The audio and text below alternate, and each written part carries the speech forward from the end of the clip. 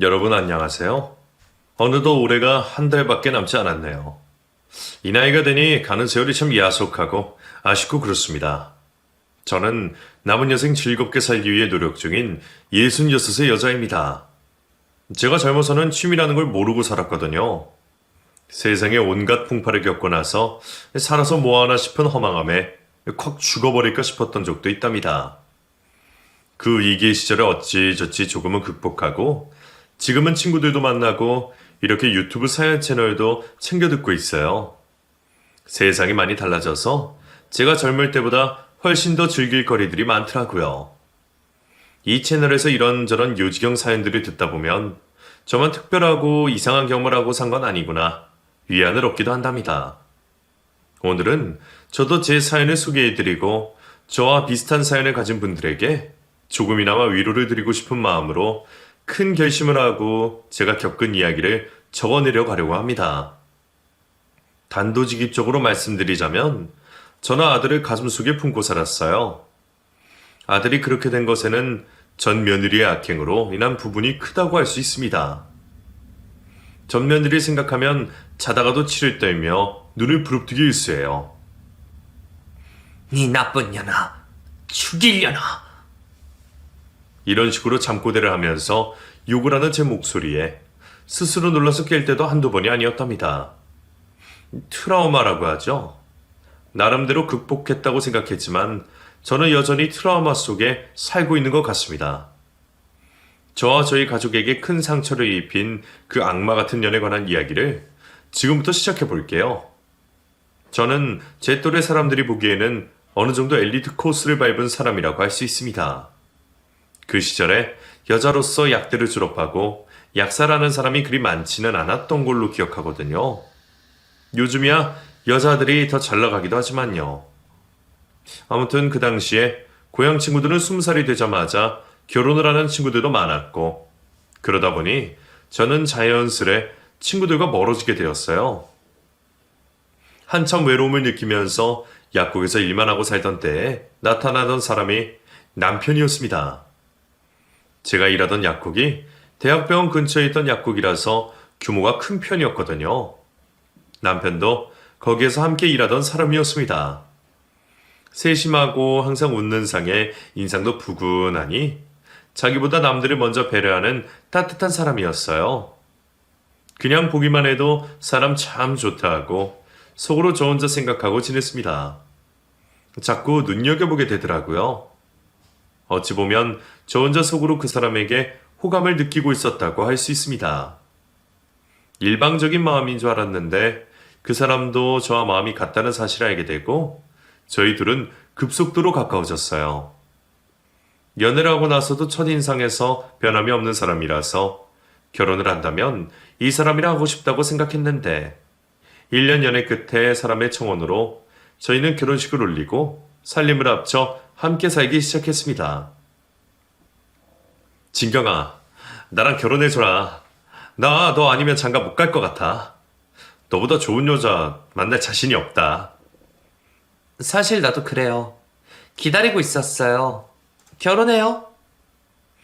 그때 제 나이가 26이었고 남편은 29이었네요. 결혼을 한 후에 아이는 1년 후에 낳기로 했어요. 남편과 저는 재테크에 관심이 많은 편이었습니다. 두 사람 다 어릴 때 없이 살아서 돈에 대한 열망이 남달랐던 것 같아요. 저희 자식들에게는 빈곤한 삶을 물려주고 싶지 않았습니다. 그래서 저와 남편은 아이를 낳기 전까지 저희가 살고 있는 작은 아파트 외에 아파트 한 채를 더 사고 큰 집으로 이사를 가게 되었어요. 그리고 저희의 계획대로 30평대의 아파트를 매입할 수 있었습니다. 때마침 그때쯤에 제가 임신 7주차라는 사실도 알게 되었어요. 남편은 정말 기뻐하며 저에게 꽃다발을 선물해 주었습니다. 진경아, 고마워. 내가 아빠가 된다니 믿을 수가 없다. 그러면서 눈물을 흘리는 남편을 보며 저도 기쁘고 벅찬 마음에 같이 눈물을 흘렸습니다. 그 순간은 지금도 잊을 수가 없어요. 나도 내가 엄마가 된다는 게 믿기지가 않아. 고마워요. 아이는 뱃속에 있을 때부터 효자였어요. 입덧을 하거나 몸이 힘들었던 적은 손에 꼽을 정도로 편한 임신부 생활을 보냈습니다. 그리고 출산도 1시간 만에 쉽게 자연분만으로 나왔고요. 지글지글 새빨간 갓난아이가 신기하게도 지 아빠를 쏙 빼닮았더라고요. 아이를 보면서 더욱더 책임감이 느껴졌습니다. 남편과 함께 아들을 잘 키우자고 약속했어요. 여보 고생했어. 우리 아들 잘 키우자. 그래야지. 아들 이름은 예정대로 태성이로 할 거야? 클태 별성. 반짝반짝 세상을 비추는 사람이 되라는 의미. 좋지? 좋아. 저희 아들 태성이는 참 순한 아이였습니다. 남편을 닮았는지 방긋방긋 잘 웃고 뭔가 불편할 때면 눈물이 흘릴랑 말랑하는 표정을 지을 뿐 빽 울어서 달래느라 정신을 못 차릴 정도로 힘들게 한 적은 잘 없었어요. 주변에서도 애가 순하다고 신기하다 할 정도였으니까요. 아들을 키우면서 저희 부부는 재테크를 통해 아파트 세 채와 건물 하나를 매입하게 되었습니다. 아들은 대학을 졸업하고 26세 7급 공무원에 합격했어요.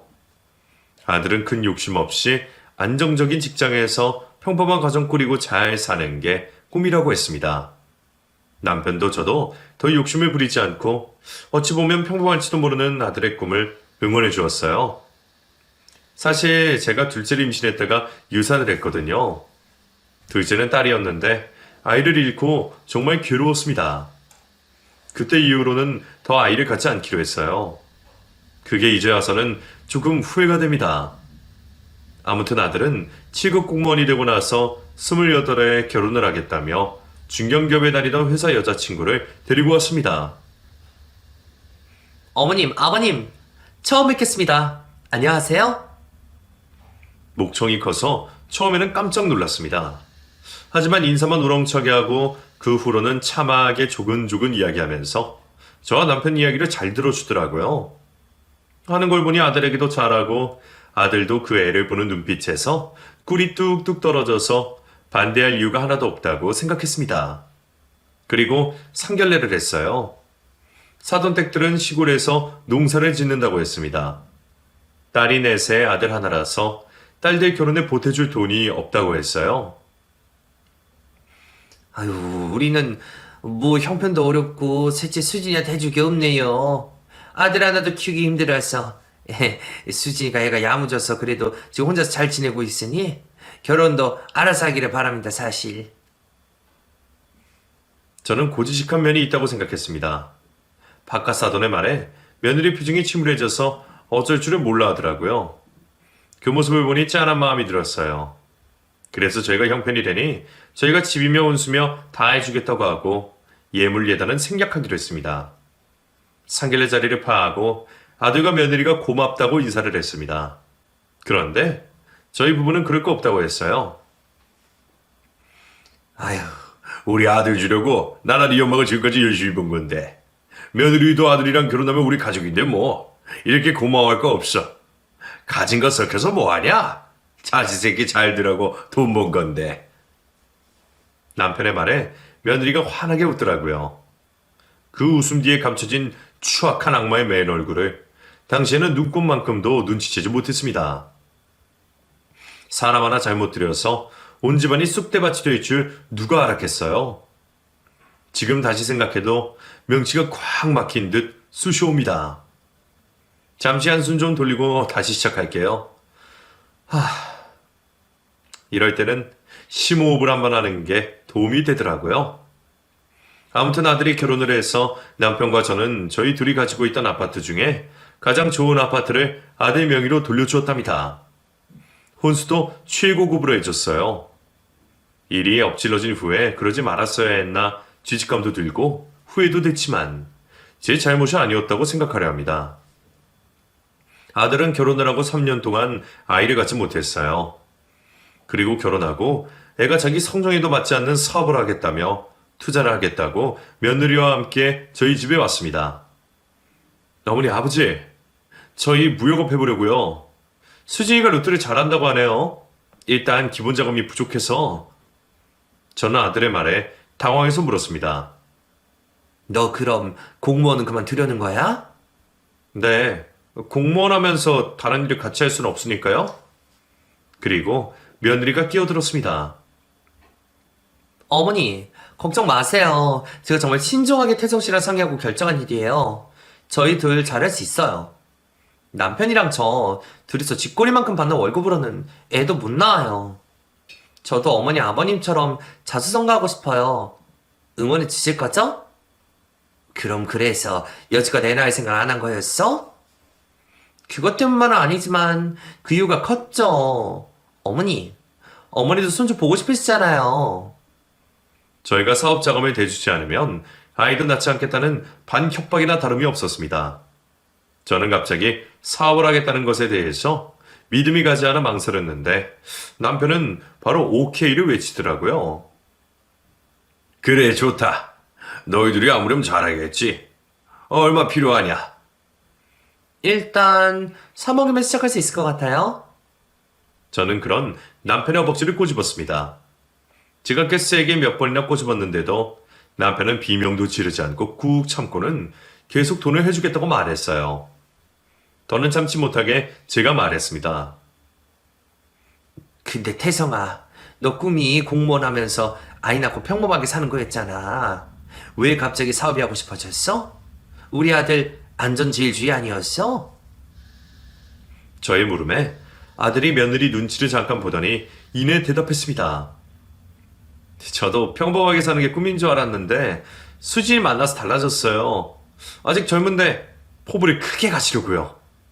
큰 물에서 놀아야죠. 저도 자식 낳아서 풍족하게 키우고 싶기도 하고요. 아들의 대답에 남편도 저도 더 이상 캐묻거나 반대할 수가 없었습니다. 그리고 며느리가 원하는 금액대로 돈을 해줬어요. 동남아에서 과자를 수입해서 판매한다고 했습니다. 그 이후로 물품의 종목을 넓혀간다고 하더라고요.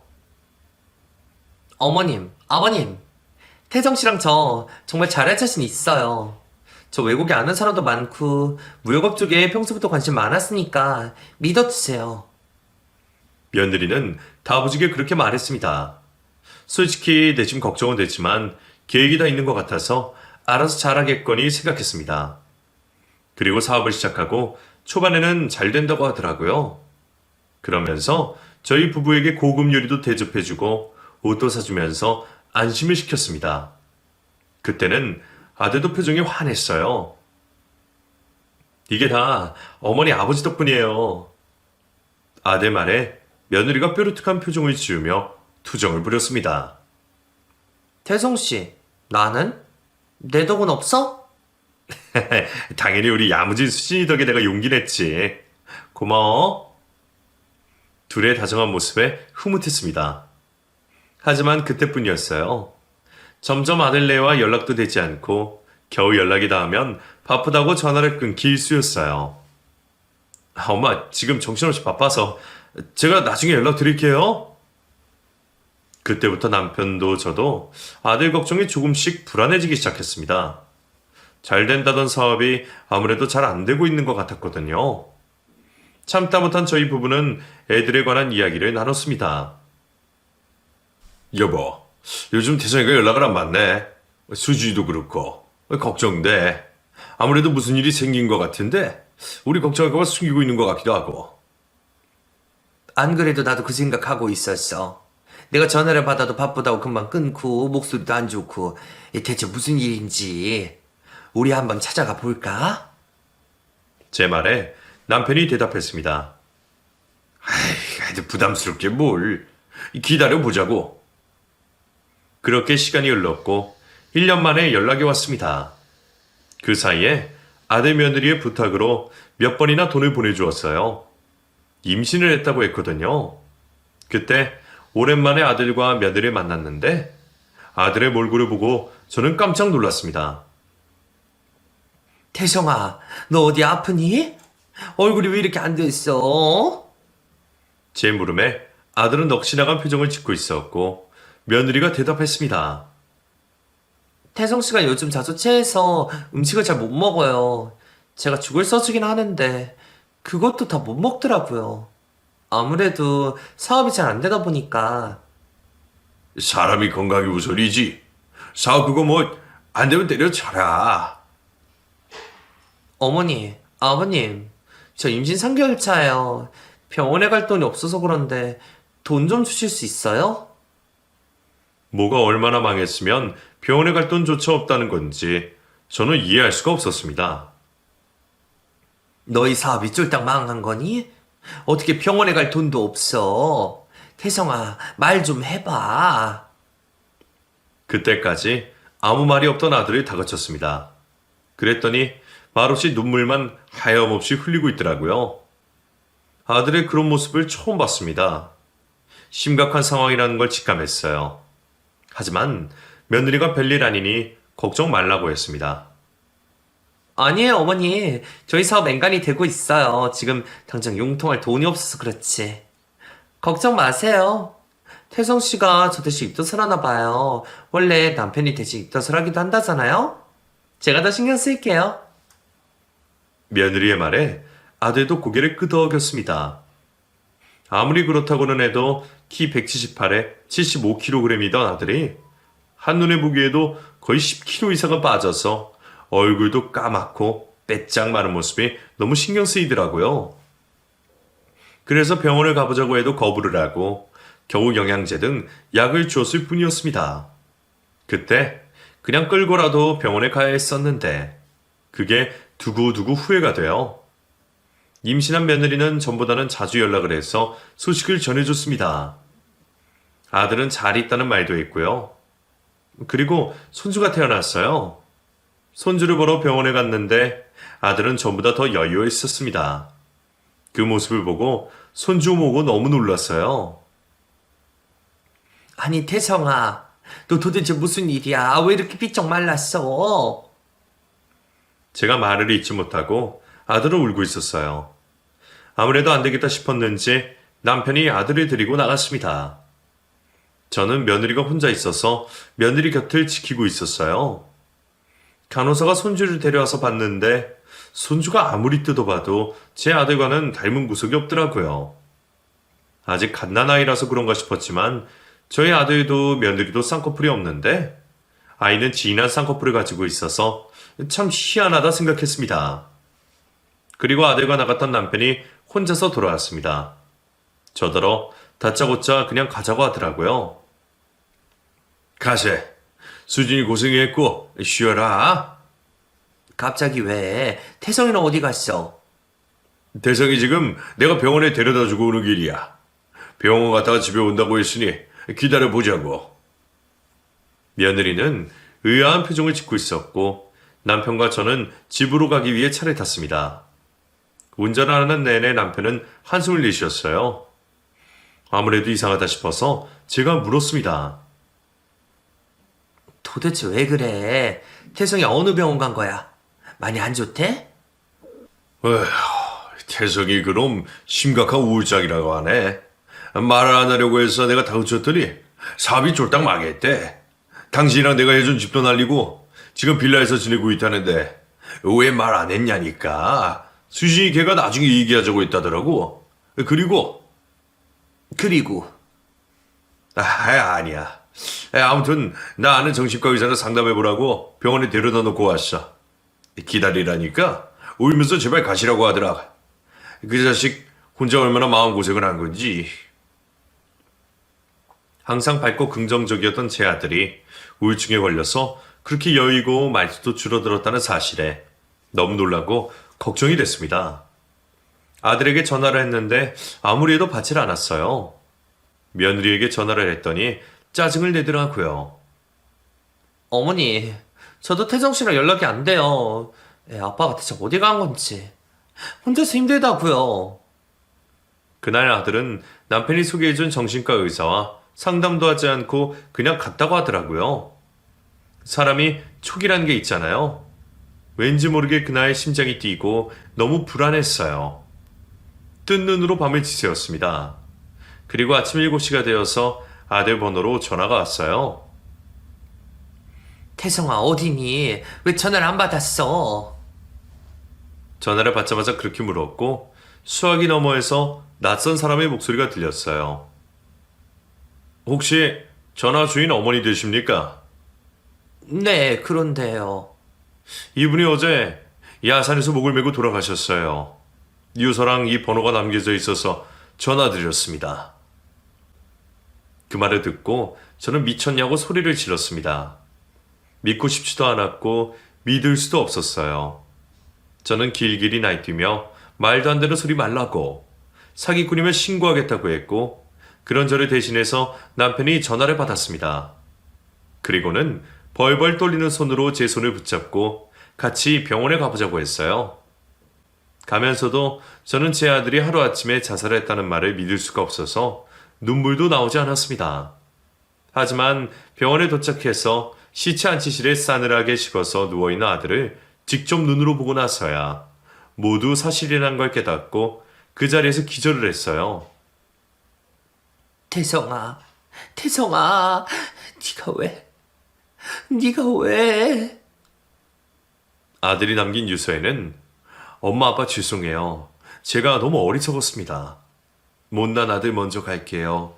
죄송하고 또 죄송합니다. 이렇게만 적혀 있었어요.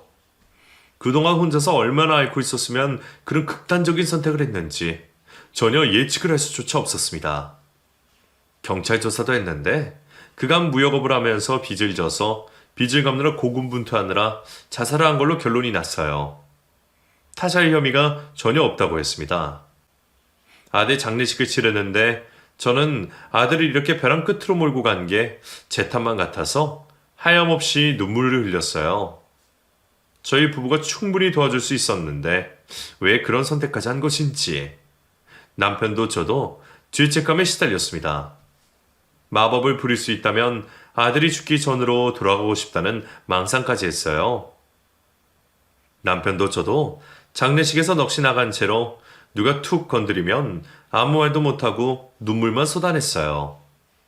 그런데 며느리는 자기 남편 장례식인데 올 생각을 하지 않았습니다. 아이 낳고 힘들다는 핑계를 대면서요. 아무리 그래도 남편이 하루아침에 비명 행사를 했는데 어떻게 장례식장에 올 생각을 하지 않는지 전혀 이해가 가지 않았습니다. 아들 장례식을 다 치를 때까지 오지 않더니 손주를 보고 싶어서 연락을 했는데 지방으로 이사를 갔다는 말만 했어요. 어머니, 저도 힘들어요. 저 애 데리고 제주도로 이사 왔어요. 마음 정리되면 애 데리고 인사하러 갈게요. 근데 아시다시피 제가 너무 힘들어서 그런데 5천만 원만 빌려줄 수 있을까요? 그 말을 듣고 저는 남편에게 며느리가 그랬다고 전했습니다. 그런데 남편이 벼락같이 화를 내더라고요. 며느리 말이면 다 된다고 했던 사람이 완전히 달라진 모습이었습니다. 안 돼. 걔를 뭘 믿고 돈을 줘? 절대 주지 마. 못돼 처먹은 것 용서 못해. 저는 남편이 왜 그렇게까지 화를 내는지 알 수 없었어요. 그래서 이유를 물었더니 얼버무리기만 하고 대답을 하지 않더라고요. 그리고 아들이 가고 나서 반년 만에 남편도 바짝바짝 마르고 낯빛도 좋지 않아서 병원에 검사를 하러 갔다가 최정한 말기라는 진단을 받았습니다. 나쁜 일은 연쇄적으로 일어난다고 하더니 저희 가족에게 이런 불행이 닥칠 줄 누가 알았겠어요. 저는 남편마저 이룰 수 없다며 할 수 있는 치료를 다 받게 했습니다. 수술도 여러 번 하고 항암 치료를 받았지만 호전될 기미가 보이지 않았어요. 의사는 1년이 남았다고 했지만 남편은 3년을 버텨주었습니다. 그 기간 동안 남편과 저는 공기 좋은 곳으로 여행도 가고 기적이 일어날 거라고 믿고 있었어요. 하지만 기적은 일어나지 않았습니다. 남편은 아들 죽고 3년 반 만에 아들을 따라가 버렸어요. 태성이 엄마, 나까지 가서 미안해. 내가 변호사한테 유언장 남겨놨어. 나중에 수진이 걔 만나면 그때 열어봐. 그리고 당신 탓 아니니까. 당신은 건강하게 잘 지내다가 와. 미안해. 그게 남편의 마지막 말이었습니다. 저는 남편마저 떠나보내고 반 미친 사람처럼 지냈어요. 아들과 남편을 나란히 수목원에 모시고 나서 남편이 했던 말은 잊고 이런 불행이 닥친 건 다 제 잘못이라는 죄책감에 저도 따라 죽고 싶은 마음뿐이었어요. 그렇게 죽을 방법을 찾으며 식음을 전폐하고 지냈는데 죽고 나서 단 한 번도 꿈에 나오지 않아서 야속했던 아들이 꿈에 보였어요. 그리고 저더러 살라고 하더라고요. 아버지 말 듣고 제발 살아달라고, 억울한 자기 한 풀어달라고 그렇게 말했습니다. 너무 생생해서 태성아 소리를 지르며 눈을 떴는데 꿈이었어요. 저는 아들 결혼 전에 찍었던 세 식구 가족 사진을 끌어안고 한참을 울었습니다. 그리고 살아야겠다고 마음먹었어요. 아들이 말한 한을 풀어주기 위해서 나는 살아야겠다 결심하고 힘을 내기 위해서 약국을 차렸습니다. 약국에서 일을 하면서 대체 아들이 무슨 한을 가지고 있는 건지, 남편이 남긴 유언장에는 뭐가 쓰여 있는 건지 궁금해지기 시작했어요. 지시애비 장례식에 잠깐 얼굴만 비추고 손주는 보여주지 않았던 며느리가 남편 죽고 저에게 연락을 했습니다. 어머니, 저 성현이 키우느라 힘들어요. 우리 성현이도 아버님 유산 받을 자격이 있는 거 아시죠? 유산 보내주세요. 아니면 저 소송이라도 걸 거니까요. 아들 죽고 장례식에 오지도 않고 그간 저에게 손주도 한번 보여주지 않은 전 며느리가 그렇게 말하는데 너무 괘씸해서 제가 소리를 질렀습니다. 네가 인간이냐? 네가 사람이야? 태성의 아들 이름이 성현이냐? 성현이란 건 난 지금 알았다. 얼굴도 한번 안 보여주더니 유산이 뭐 어쩌고 어째? 그래 해라. 소송을 하든가 말든가. 저는 일부러 그렇게 고함을 질렀는데 며느리는 오히려 차분하게 반응하더라고요. 어머니, 손주 보고 싶으세요? 진작 말씀하시지. 아, 그러고 보니 다음 주면 아버님 기일이죠. 제사 지내러 갈게요. 그때 성인이도 보여드릴게요. 그럼 어머니 그때 봬요. 그 말만 하고 전화를 끊더라고요. 어이가 없었지만 손주를 볼 생각에 속도 없이 들떴습니다. 그런데 가만 생각해보니 남편이 며느리를 만나면 본인이 쓴 유언장을 받아서 보라는 말이 떠올랐어요. 그래서 저는 당장 남편이 말한 변호사를 만나러 갔습니다. 변호사도 저를 보고 놀라더라고요. 1년 만에 오셨네요. 사장님이 언제도 오면 주라고 하셔서 기다리고 있었어요. 이렇게 오래 걸릴 줄 몰랐습니다. 그러게요. 저도 며느리 만나기 이렇게 어려울 줄 미처 몰랐네요. 변호사는 머뭇대더니 남편의 유언장을 내밀었어요. 그리고 충격을 받을지도 모르니 그 자리에서 확인해 보시라고 하더라고요. 충격을 받아요? 왜요? 그게 아무튼 보시면 압니다. 그리고 저는 두툼한 서류 봉투를 열어봤습니다. 안에 무슨 친자검사 확인서 같은 게 들어있었어요. 며느리가 낳은 아이와 저희 죽은 아들이 친자관계의 확률이 거의 없다는 검사 결과지였습니다. 그걸 보고 저는 너무 당황스러웠어요. 이게 뭐예요? 돌아가신 사장님이 아드님 돌아가시고 나서 손주분 친자검사를 하셨더라고요. 그런데 결과가 그렇게 나온 겁니다. 사모님 전 며느리가 아드님도 속이고 외도를 했던 증거들도 다 밝혀내셨고요. 사업을 하겠다고 가져갔던 돈도 다 외도했던 남자로 써버렸더라고요.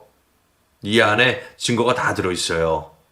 소송을 하시려고 했는데 사장님이 암에 걸리셔서 사모님 오시면 충격받지 않게 도와주라고 신신당부를 하셨습니다. 저는 모든 진실을 알고 나서 가슴속에 콱 막혀있던 퍼즐들이 맞춰지는 기분이었어요. 그리고 허탈하고 기가 막혀서 헛웃음이 나왔어요. 그래서 우리 착한 아들이 그런 극단적인 선택을. 그래서 사모님 힘드시겠지만 사모님의 아드님 한 프로 주셔야죠. 저도 성심성의껏 돕겠습니다. 변호사의 말에 저는 기운을 짜냈습니다. 그리고 사기꾼 며느리가 올 날을 손꼽아 기다렸어요. 남편의 기일이 됐고 저는 혼자서 제사를 지낼 준비를 다 마치고 며느리를 기다렸습니다. 일찍 와서 제사 준비를 돕는 건 기대도 하지 않았습니다. 현관맨이 울리고 악마의 얼굴을 마주할 생각에 심장이 튀어나올 것 같았어요. 어머님, 오랜만이네요. 어머님 얼굴 좋아지셨어요? 잘 지내셨죠? 성현아, 인사드려, 할머니야? 그리고 며느리 뒤에 숨어있던 아이가 빼꼼히 얼굴을 내밀더니 저에게 인사를 했습니다. 이미 그 애가 제 아들 자식이 아니라는 걸 알고 있어서인지 아무런 감흥도 들지 않았어요. 일단 제사상 차려놨으니까 들어와라. 성현이 부졌으니까 됐죠? 저 성현이 친구한테 데려다 주고 올게요. 어머님이랑 할 이야기가 있으니까. 그래? 그래라. 그리고 며느리는 아이를 데리고 나가더니 5분 만에 혼자서 돌아왔습니다.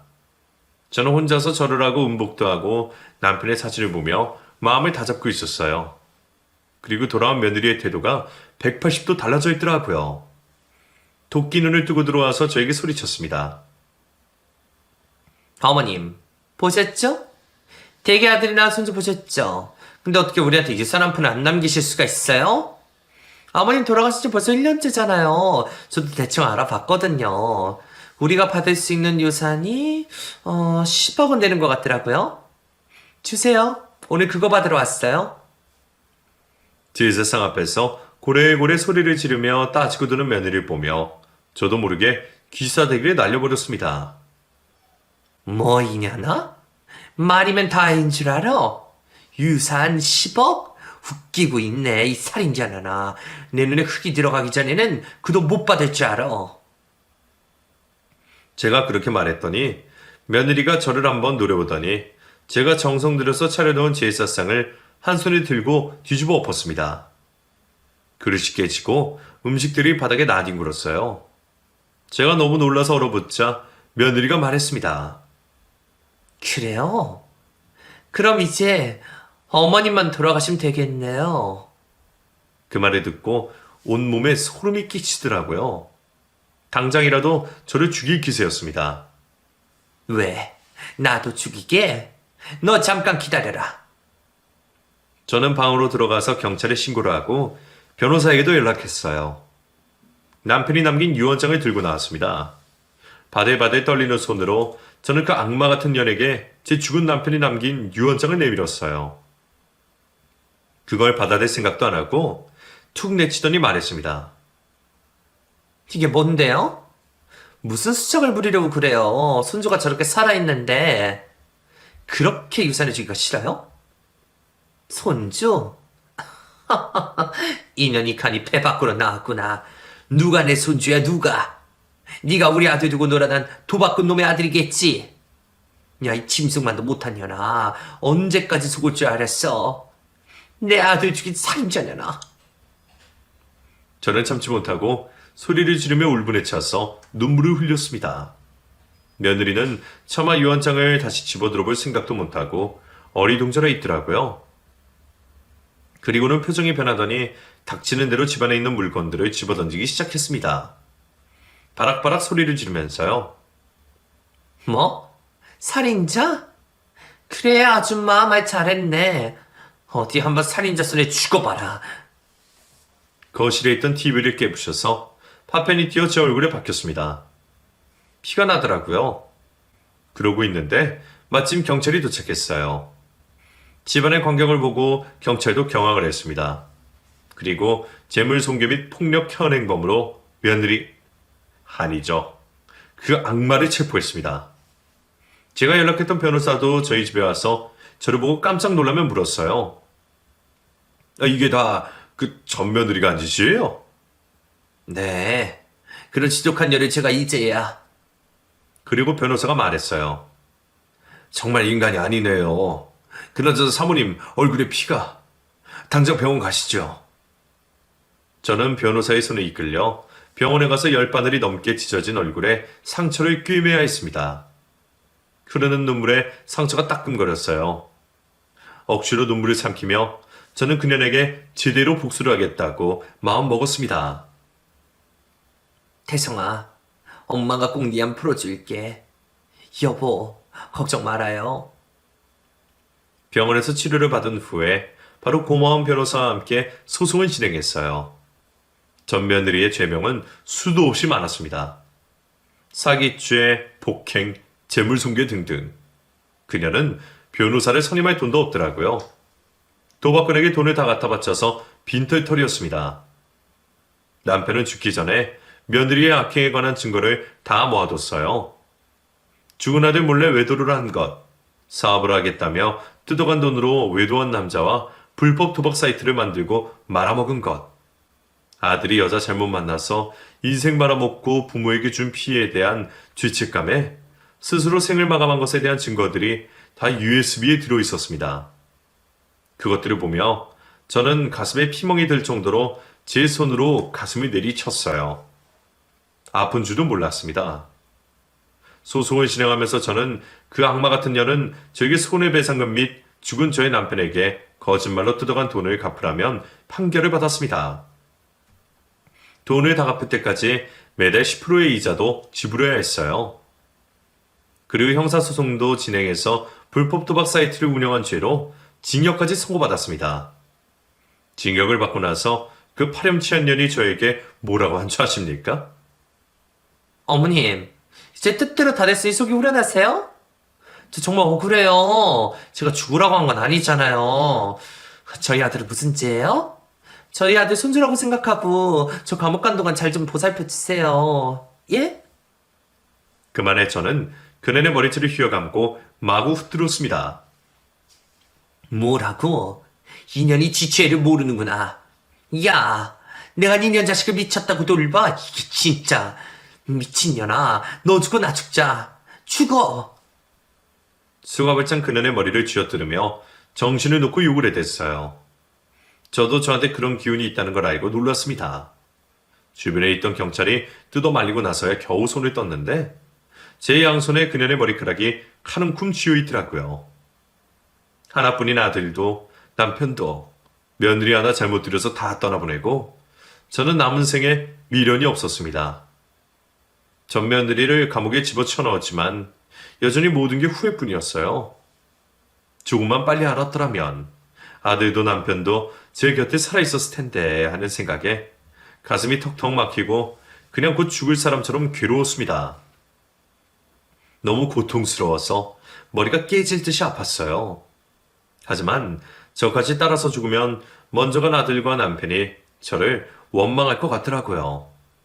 저는 먼저 간 자식과 남편 목까지 열심히 살자 다짐하고 병원에 갔습니다. 그런데 뇌종양 1기라는 진단을 받았어요. 뇌에 종양이 생겼네요. 아직 크기가 크진 않아서 수술만 잘 되면 완치 가능성이 높습니다. 의사의 말에 저는 아무 생각이 들지 않았어요.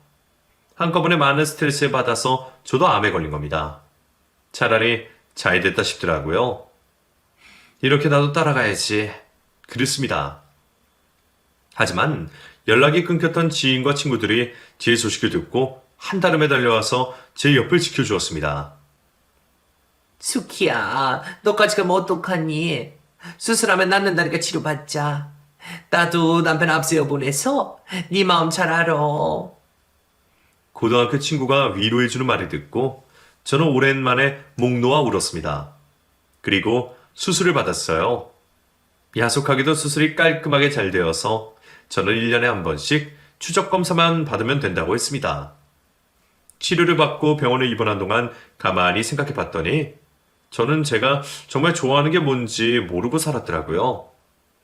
이왕 이렇게 연장된 생명이니 좋아하는 일을 찾아서 즐기면서 살다가 가자는 마음이 생겼습니다. 그래서 퇴원을 하고 나서는 친구들과도 자주 만나고 노래 교실도 다니고 그림도 배웠어요. 그림에 집중하다 보면 잡생각도 있게 되고 완성된 그림을 보면 성취감도 생겨서 좋았습니다. 어머님, 그림에 소질이 있으세요. 이렇게 금방 느는 분은 처음 뵀어요. 어머님 감각이 특출나시네요. 선생님, 칭찬이 과하시네요. 고마워요. 저는 그냥 재밌어서 열심히 할 뿐인데요, 뭐. 아니에요. 저도 진심이에요. 나중에 전시하셔도 되겠어요. 정말 대단하세요. 그림 선생의 말에 그냥 멋쩍게 웃었는데 정말로 얼마 전에는 그리움이라는 주제로 그림 전시도 했어요. 죽은 남편과 아들 초상화도 그리고 두 사람과 관련된 추억거리들을 수채화로 그렸습니다. 전시를 본 사람 중에는 그림을 사겠다는 사람도 있었어요. 하지만 그걸 돈 받고 팔 수가 없더라고요. 죄송하지만 이건 판매용이 아닙니다. 저한테 따로 의뢰해 주시면 그림 그려드릴게요. 그렇게 말하고 의뢰를 할 거라고는 생각 못 했는데 정말로 의뢰를 해서 그림을 그려주고 돈도 벌었습니다. 저는 번 돈을 보육원시설에 기부했어요. 지금 재산을 조금씩 처분하면서 사회에 환원하고 있습니다. 저 혼자 살 돈만 있으면 충분하니까요. 이렇게 잘 살다가 눈을 감으면 저에게 남은 재산을 모두 어려운 이웃에게 기부하고 싶다고 유언장도 쓰고 공중도 받아놓은 상태예요. 정말 끔찍한 일들을 겪고 나서 죽고 싶은 적도 있지만 죽은 남편과 아들의 한을 풀어주고 저에게 남은 여생을 잘 보내다가 가고 싶을 뿐입니다. 감옥에 갔던 전 며느리는 얼마 후에 출소를 해요. 그년이 불법적으로 뜯어간 돈과 피해 보상금을 전 끝까지 받아낼 겁니다. 제가 죽기 전까지는 그년이 발 뻗고 편히 자는 모습을 볼 수가 없네요. 여러분에게 이렇게 저의 사연을 털어놓고 나니 복잡한 감정이 드네요. 부디 여러분 곁에는 좋은 사람들이 함께하기를 바랍니다. 그리고 그 사람들과 행복한 나날들 보내셨으면 좋겠어요. 저도 남은 여생 후회 없이 살다가 가겠습니다. 아들과 남편 보러 가는 게 미안하고 죄책감이 들어서 한동안 못 갔는데 이제는 꽃 사서 가봐야겠네요. 두 사람에게 하고 싶은 말 좀 남겨도 될까요?